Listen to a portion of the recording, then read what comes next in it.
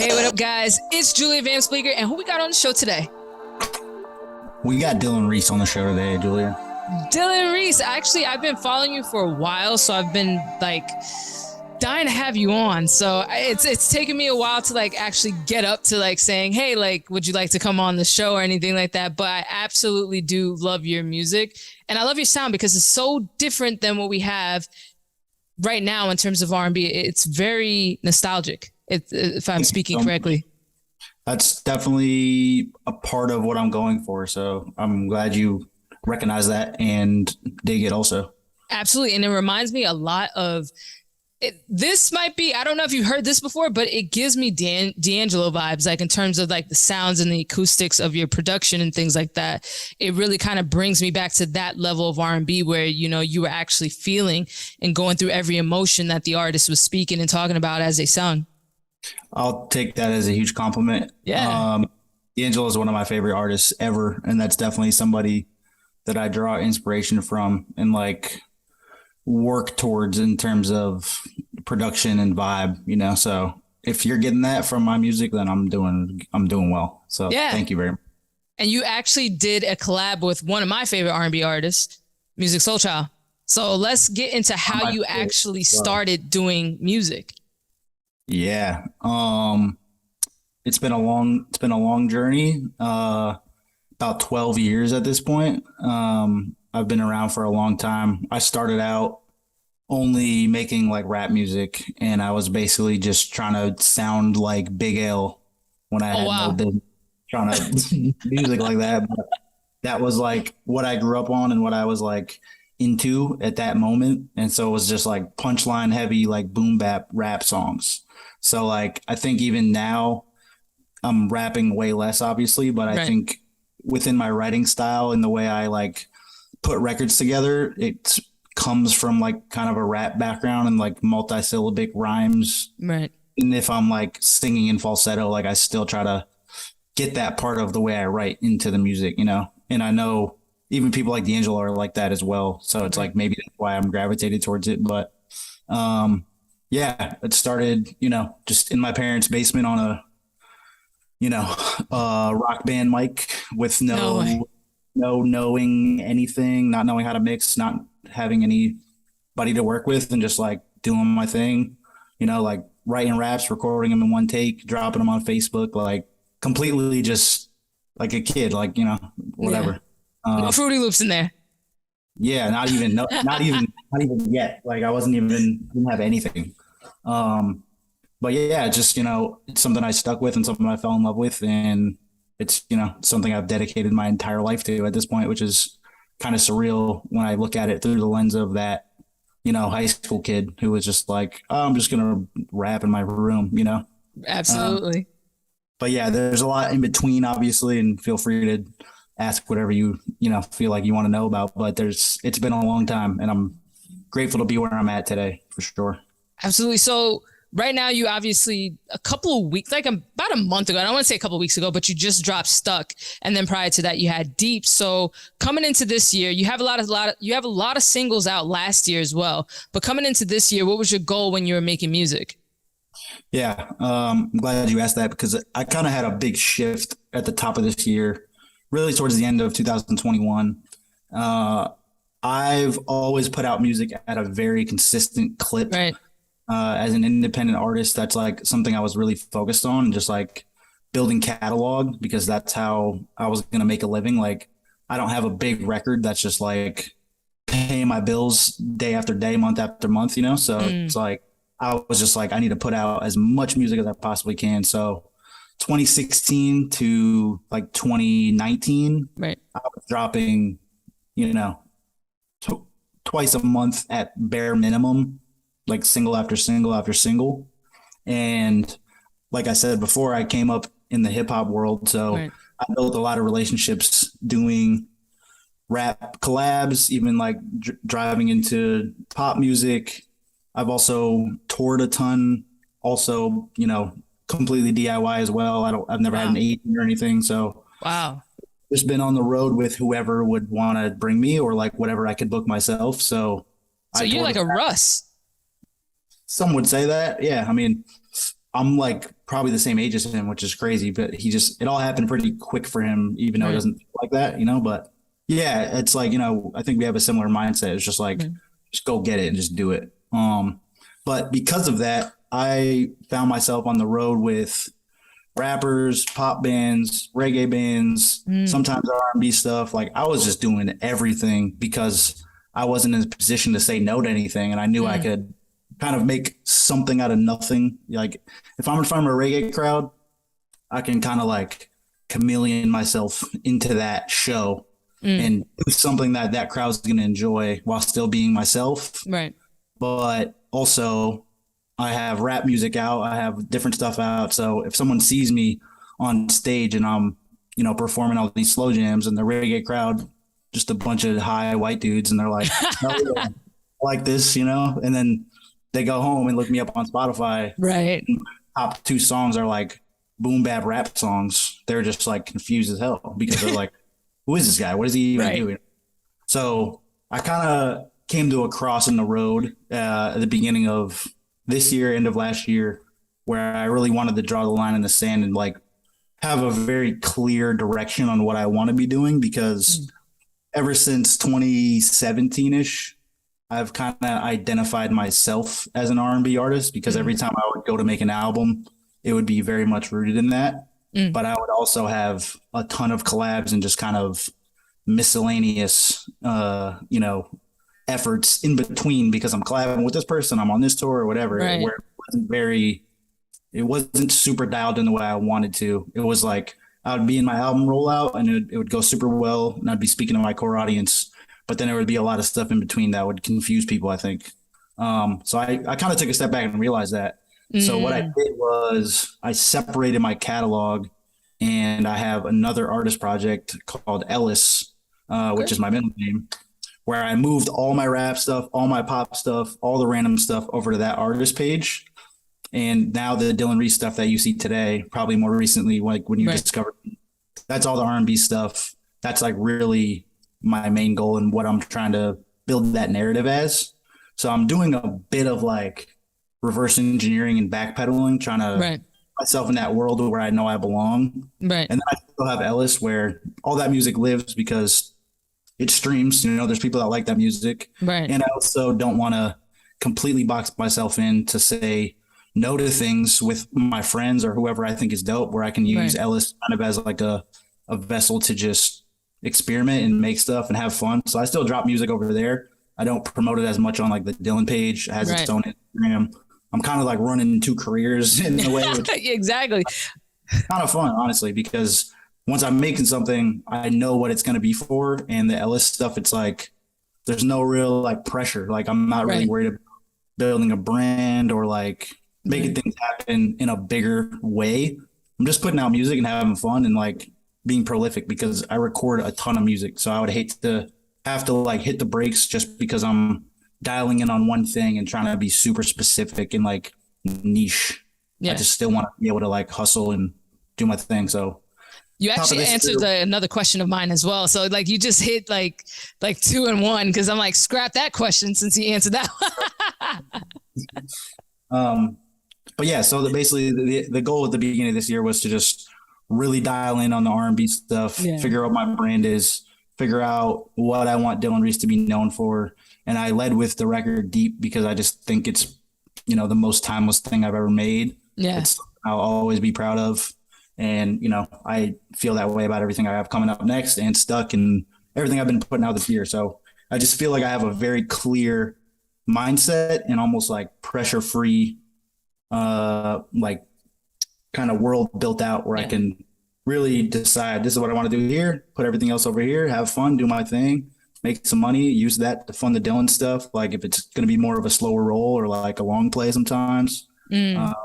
So yeah, it's just, hopefully, and I almost like that you didn't know that, Yeah. because it made you just think of Dylan Reese as an R&B artist, Right. because that's what I really want, And Right. then bonus, if someone goes here's the other shit or whatever. Sorry, I don't know if I can swear. Hey, But it's cool. It's cool. It's cool. people go hear the Ellis stuff, then great, and that's a good bonus because I Yeah. still like music. It's just it almost feels like it's coming from a different artist, Yeah. Definitely, So because I did notice that you were rapping on your Vanilla project. So I was like, I was gonna bring that up, but then I like that you did clarify the difference between Dylan Reese and Ellis. It's almost like as you were talking, I'm like, he could do a stadium tour and kind of split it. You know what I mean? And two, like basically two acts in a way, if that makes any sense. Cause that's all I just visualized as you were just discussing everything about Ellis and Dylan Reese. But that's actually dope. And I feel like not a lot of artists do that today. So that's actually an interesting fact about you. well, I think it's hard to do. Yeah. It's a lot to keep up with. But I've always kind of had that work ethic and prolific mindset. So now Mm, it's just making everything very clear on what it is and what it's for, you know? And on the absolutely. other side, I don't really use like my photos. I built up Mm. like an animated character Oh, of wow. my, so it's like, it's almost, he's like the artist within my brain that I just channel stuff through. And then Dylan is like me, where I'm shooting videos and doing the whole thing, you know? Like I Absolutely. probably won't tour as Ellis unless I'm like opening for myself or Mm. something crazy happened where I just something blew up and it just made sense to do it. But it's not something where I'm like, I'm not playing the entire I'm not playing all Yeah. the cards. I'm just having fun, you know. I love it though. So let's talk Yeah. about your collab with Music Soul Child, by the way. So Lose Your Love. I loved the video because it was like a split. I like how it was like split screen, and you guys are just kind of going in, talking about your love interest, trying to get there, and it also just taps into like I remember the days with music videos where it had that kind of dreamy feel to it, and that's what it Mhm. felt like when I was watching it. So I really do like that. How did that collab come about? And how did you get them in the video? Because a lot of artists can't get these big artists in their videos. That was big. That was big for Yeah. me. That was like a huge milestone. First, music is one of my favorite artists of all time. One of my biggest influences. Before I met him and worked with him, I would get off stage on tour somewhere and I would have this one song in particular called Karma that Mm. everyone thinks sounds like Just Friends, which I could totally kind of see it. And people would always come up to me and be like, yo, this reminds me of Music Soul Child. Like I miss Yeah. music like this. I'm just like, I love hearing that. Not that I was ever trying to copy him, of course, Mm. but he's just been a huge influence in like his writing style and just he's just got the vibes. I mean, I don't have to sell you on Music Soul Child. Exactly. Um, but I made that record last year. This was before all the Ellis stuff happened. I was working on what I thought was going to be my album, which Mm. ended up just being a bunch of singles that I started over. But Hey. that record, and when I made it, I was just like, uh, if music was on, if I just could find this guy, like he would kill this song. Like it's just And he so did. right up his alley. So I just went on a manhunt on the internet trying to find his manager or somebody that could connect me with him because he's one of those guys where, you know, he's not super on social media, like, Right. especially now, so I basically just took a deep dive, found his publicist, which I know is not the right person to hit up, but it was the only contact info I could find. Uh, Her name is Mocha, and Shout out to Mocha. I emailed her, and I was just like, "Hey, like, I know you're not who I should be talking to, but I can't find anybody. Like, I got this record for music. If you could pass it along or just hear it or whatever, just let me know." And she said, "I love this. I'm gonna put you in touch with his manager." So that's how that happened. His manager jumped on the phone with me. His manager was actually from Boston, and I'm originally from Massachusetts. So we Wow. kind of connected in that way, and it was super unexpected. And he was like, "Yo, I just went into your catalog. Like, you got dope vibes. I'm gonna show it to music, see if he likes it." He ended up liking it. Obviously, we cut it. It was super like one of those things where I was shooting in the dark, not expecting to Yeah. hear back, and it just worked out exactly how I wanted it to. That's uh, amazing though. It's like no gatekeeping there at all because that could have like went the wrong way altogether. It was almost too easy. Like it was just like, It was meant to I be would though. strong, and he's like, "Great, here you go." Uh, Wow. and then once we got the record done, I started talking to his manager more and more. Shout out to Big Norm. Shout out. And I happened to be going to Atlanta where he lives to help one of my best friends sell vintage clothes. He does Wow. a brand called 5 Star Vintage. Um, and we've been friends since college. He does these events called ThriftCon, which just huge like thrifting flea market type of deals all around the country. Dope. And there just happened to be one in Atlanta. So he's like, hey, can you come help? I always go help him like sell stuff, like just, just grinding, helping him do his thing as well. He's one of my best friends. So I'm like, yo, because he usually also brings my videographer Kirk with him to like document the event and make a vlog style out of it. Yeah. So I'm like, we're going to Atlanta with Kirk, and I'm gonna be there. I'm gonna hit up Music and his manager and just see if I can steal him for a couple hours and get him in this music video. So again, didn't expect him to go out of his way to do that. I called Norm, told him about it. He said, yeah, book the day, tell me the day. If you got a location, all we got to do is show up for a couple hours. Just wow. Like, I'm going to make it as easy as possible for you. Like, I'm going to pay for everything, whatever it is. Just, you know what I mean? Just like show up and bring me your face in this video and I'll make it happen. So wow. I did. I just showed up, figured it out last minute, like literally like 4 days before. Didn't even know we were doing a music video. Completely run and gun. But me and Kirk, my videographer, worked together so much and so like cohesively that like anytime we have an opportunity, I just know we're gonna do your thing. So yeah, he showed up, we met. It was super dope. Got the video done, in and out, 2-3 hours. Then we did ThriftCon the next day and flew back to LA. It was a wild weekend. Wow. That's definitely like the universe working in your favor 100%. That is amazing. Wow. Yeah. And like when the record came out, they were just like super supportive. We co-released it on Spotify, which is a huge help. I noticed that too. It wasn't even like a feature. It was a co-release. Yeah. It was just like, yeah, I love the record. Let's do it. I'm like, dude, wow. Everybody was like this, like, man, life would be a lot easier. Yo, seriously, because you think about that, it's so difficult because I was talking to somebody else and they kind of had the same sort of situation, but not as smooth. But instead of like trying to get the person to co-release with them, so it wouldn't be a feature, it was like a lot of legality on it. So yours is just like super seamless. Like that's amazing. A lot of that comes into play when like artists are signed to labels and whatnot. Right. Music is independent now. Like he's making his own music. He'll probably license things when he puts stuff out or whatever. I don't know his exact situation, but he was allowed the freedom to kind of say yes, and it was just up to him if he wanted to do it. Yeah. So I got lucky that he liked it and me enough to give me the green light on that. Absolutely. You're dropping easy facts too, by the way. I hope so. That's what I do. I'm gonna hit you in a second too with some more. So don't drop too many because you got a few more to go. Go ahead. And feel free to stop me if I'm ever rambling because I'll do that. Now you're good because you're making my job easier. And trust me, I love this. But before we get to 5 fast facts, I have one more question for you. So you've introduced me to artists like Benny Main. Who has been an artist that you haven't had the chance to work with just yet that you want to? You could drop off as many artists or even producers and writers that you'd like to work with that you want to see that happen in the future. Sure. And these are like,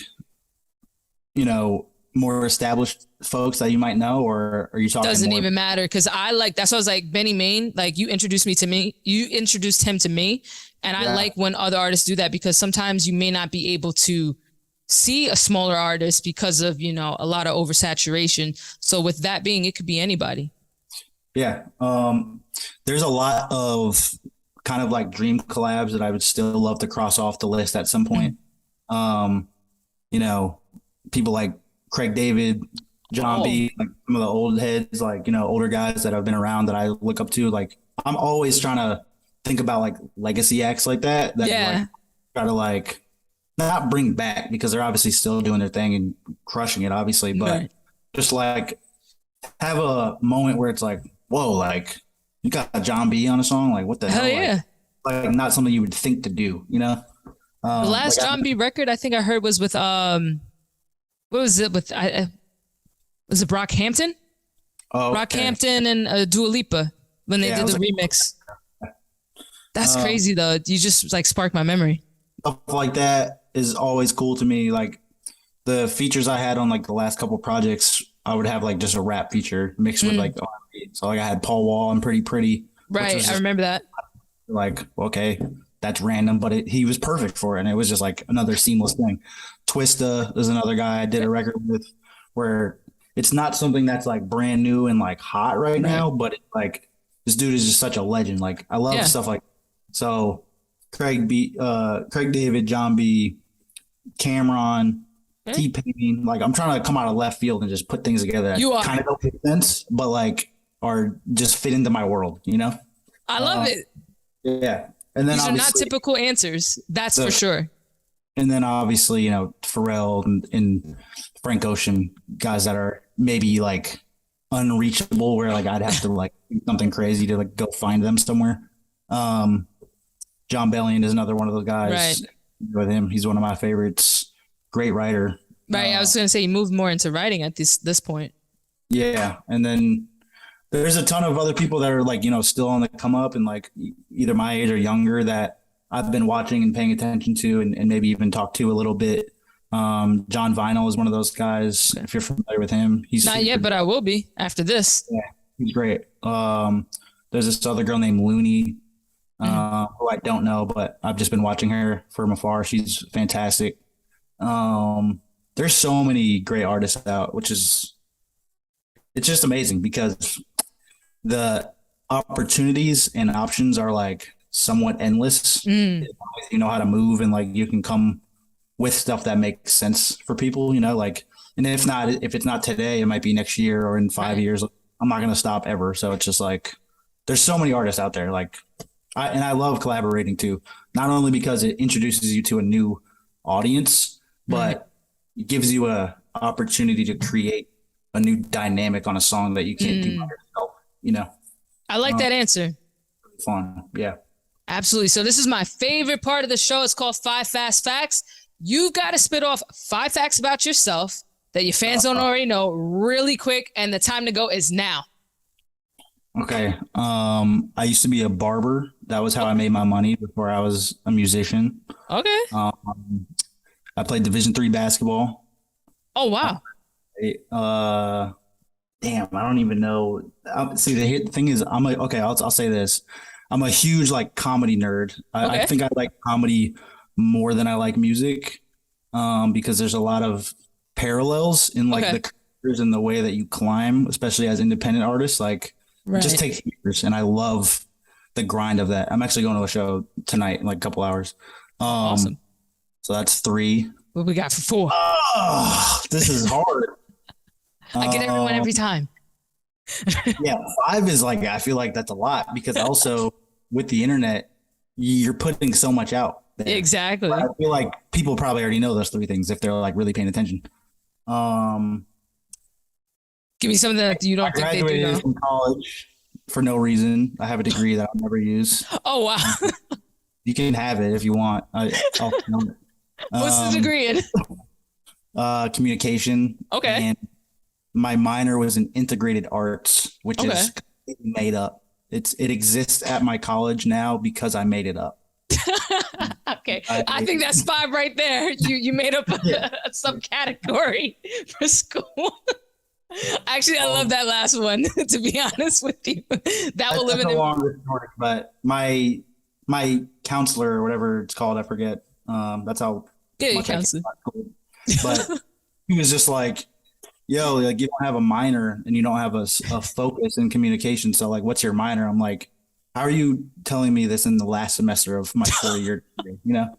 So like, I was just going through all the electives I took and I'm like, how about integrated arts? Since I already did that and I'm not staying here any longer. And she was like, yeah, I'll see if like they accept it. And they were like, yeah, but it's cool. Like, I'm like, okay. And I'll give you the 6th one. I didn't go to graduation for college. Why not? Because I had a show and I just didn't care. Okay. I feel it. That's awesome. That's awesome. I like that one. I like that wrap up. All right, Dylan, thank you so much for dropping by today. I really appreciate your time. Man, this has been fun. And I learned a lot more than I knew before. That's for sure. Cool. And I'm a rapper at this point. Thank you, Dylan. So I'm Julia Vamps. This is Dylan Reese. Thank you guys so much for watching and listening.